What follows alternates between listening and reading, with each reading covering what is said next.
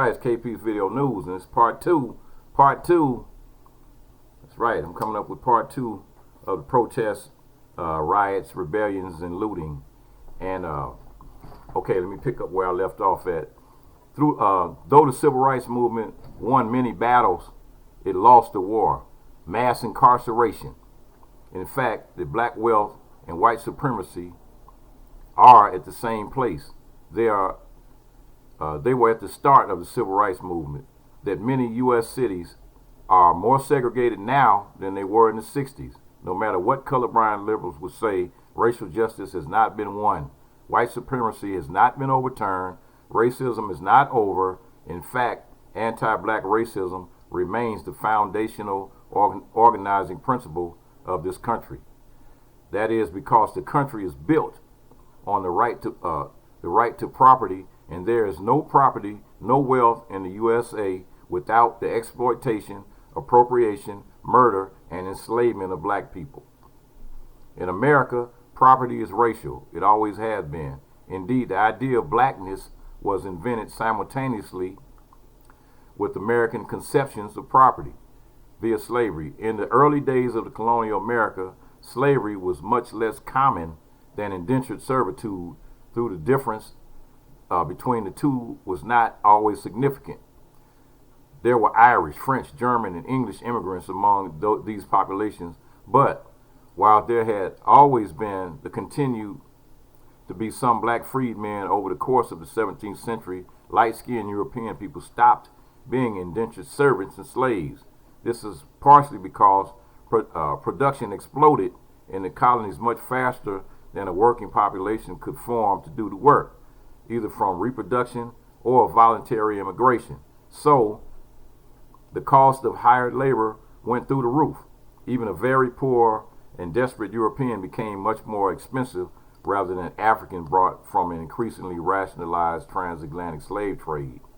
The distinction between white and black was thus eventually forged as a way of distinguishing between who could be enslaved and who could not. The earliest working definition of blackness may have been those who could be property. Someone who organized a mob to violently free slave then would surely be considered a looter. This is not to draw some absurd ethical equivalence between freeing a slave and grabbing a flat screen in a riot. The point, rather, is that for most America's history, one of the most righteous and anti-white supremacist tactics available was looting. The specter of slaves freeing themselves could be seen as an American history's first image of black looters. So, you know, we have what's going on right now, you know, with the George Floyd situation, and we have the George Floyd protests going on that are protesting the George Floyd massacre. And it's like, you know, these are powerful situation things that are going on. There's some serious conversations going on about looting on the news, and there's some powerful arguments about looting, and you know, but in a rhetorical point, when the people of color loot a store, they are taking back a minuscule proportion of what has been historically stolen from them, from their ancestral history and language to a basic safety of their children on the street today is absolutely essential, but purely for the purposes of the argument, because I agree wholeheartedly with the little project of these campaigns. I want to claim that what white settlers and slave traders did, it wasn't just mere looting. It was genocide, theft, and barbarism. And that's what it was. When they stole us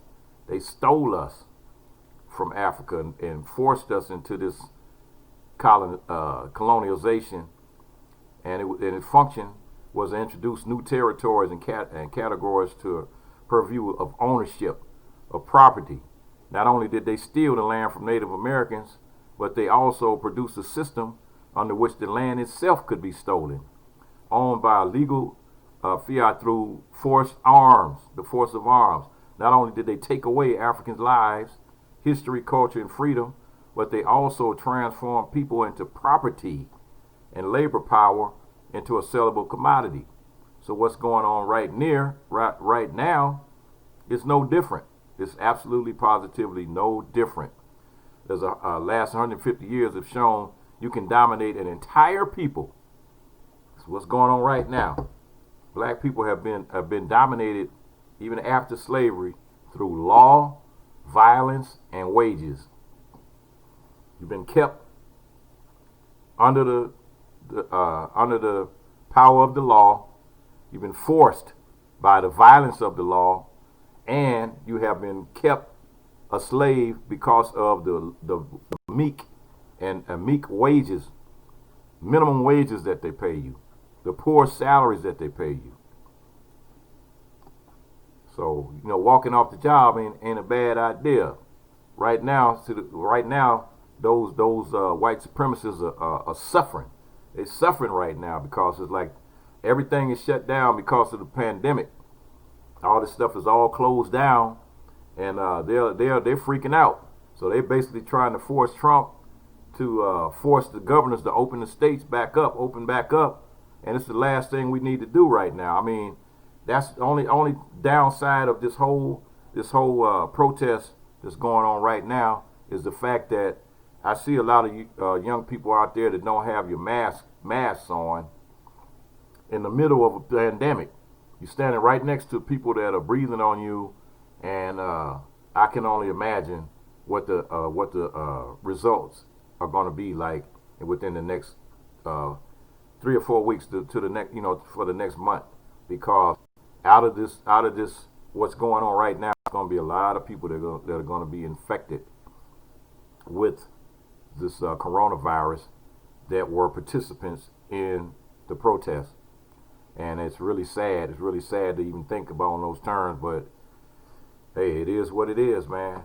You guys, if you got to get your mask, man, make something. Put a bandana around your face. Do something. Don't just be out there just breathing without no mask. And so recently, they was talking about, what's going on. And they're talking about protesters discussing like looting and burning and all this stuff. And they said, well, hey, people want to say we're destroying our own neighborhoods, but we don't own nothing out there. We don't own nothing. So how is it our neighborhood? We don't even own it. This is the crux of the matter, and it could be said that majority of black neighborhoods in America, which have a much higher concentration of chain stores, fast food restaurants, and little mom and pop stores, they don't own nothing. Absolutely, positively nothing. So it's like, what you got? You got a McDonald's over here. You got a little hole in the wall, a little joint over there. It ain't in a lot of cities. It's not even a major supermarket in the middle of the hood. You got to go outside your neighborhood to go if you just want to get some decent groceries. Otherwise, you just going to that little mom and pop store across the street where they charging you $4 for a loaf of bread.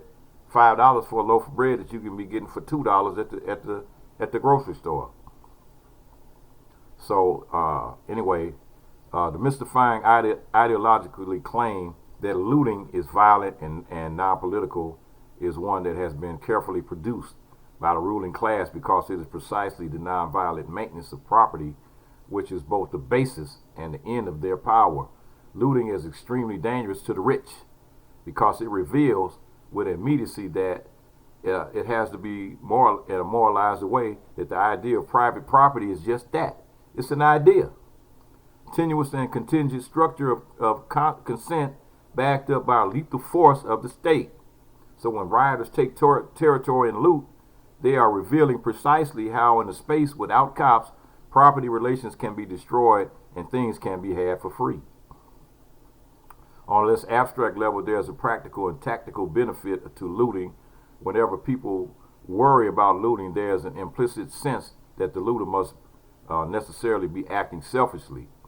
And so that's not necessarily true. I mean, you have people that are out there that are trying to get food for their kids. They're trying to get milk for their babies, and they might be out there looting. They might be stealing Pampers. They might be trying to get food for their grandparents that don't have money and they can't get out because they're old.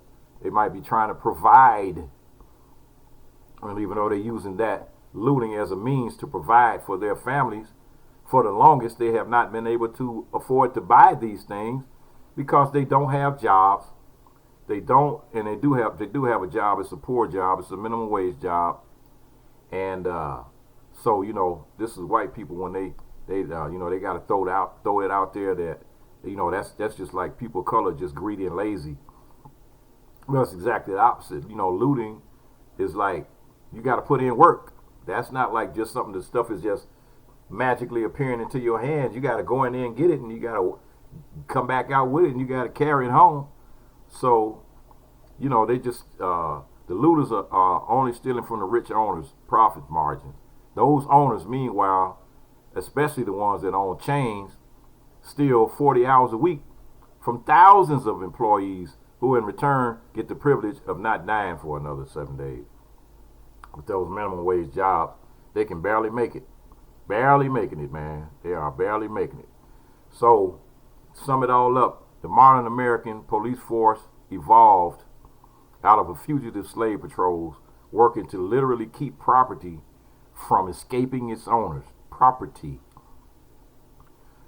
The history of police in America is the history of black people being violently prevented from threatening white people's property rights.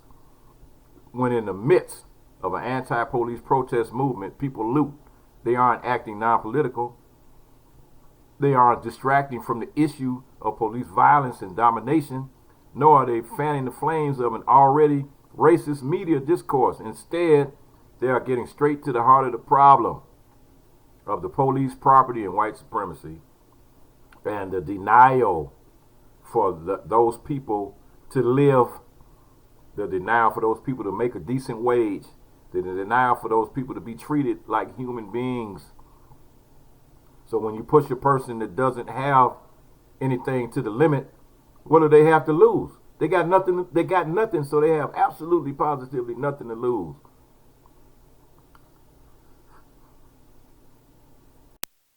Yep, it's the rich white business owners out there that got things to lose. Target got stuff to lose. A little hole in the wall, little store in the hood. They got dust this thick on the box because the stuff is just old and out of date. What do they have to lose? What do they have to gain? They got a lot of them probably don't even have insurance. But the bottom line is this: if you have a people that for 400 years have been subjected to nothing but the least little bit of everything, we're dying in huge numbers with the coronavirus, and in the middle of a pandemic, in the middle of the coronavirus outbreak in the United States, the police in the United States have killed over 400 people since January. As this is May 31st, over 400 people have died at the hands of the police. That's not at anybody else's hand. Have died at the hands of the police in the United States. And we're protesting this one. However, we're also protesting the murder of Breonna Taylor down in Kentucky, and we're also protesting the Ahmaud Arbery that happened in Georgia, which just happened to be killed by a retired cop, or somebody that was retired in law enforcement. So that's basically three cop murders, and there have been others, a lot of others. Like I just said, there's been over 400 murders by cops here in the United States.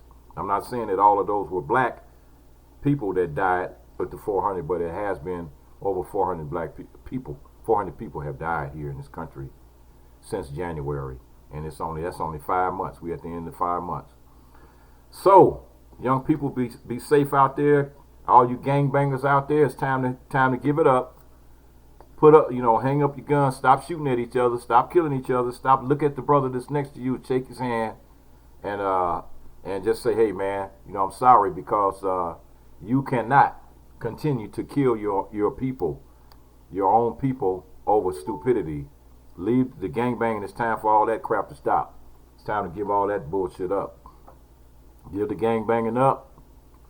It's time for solidarity. It's time to stick together, and it's time to create. It's time to create some jobs. It's time to create some factories. It's time to create our own black economy, because as we see, we cannot depend on anyone else but ourselves, because we've been let down again and again and again and again in this country. We've been lied to again and again and again and again. And every promise has been broken again and again and again and again. After Ferguson, they were talking about they were going to do something to, police reform in the United States. Barack Obama put it in place. The DC dunce destroyed it. Just disrupted it, just completely abolished it. So, hey, we right back where we started from. Right back where we started from. We got to start all over again. So be vigilant and don't stop until you get what you need. Peace.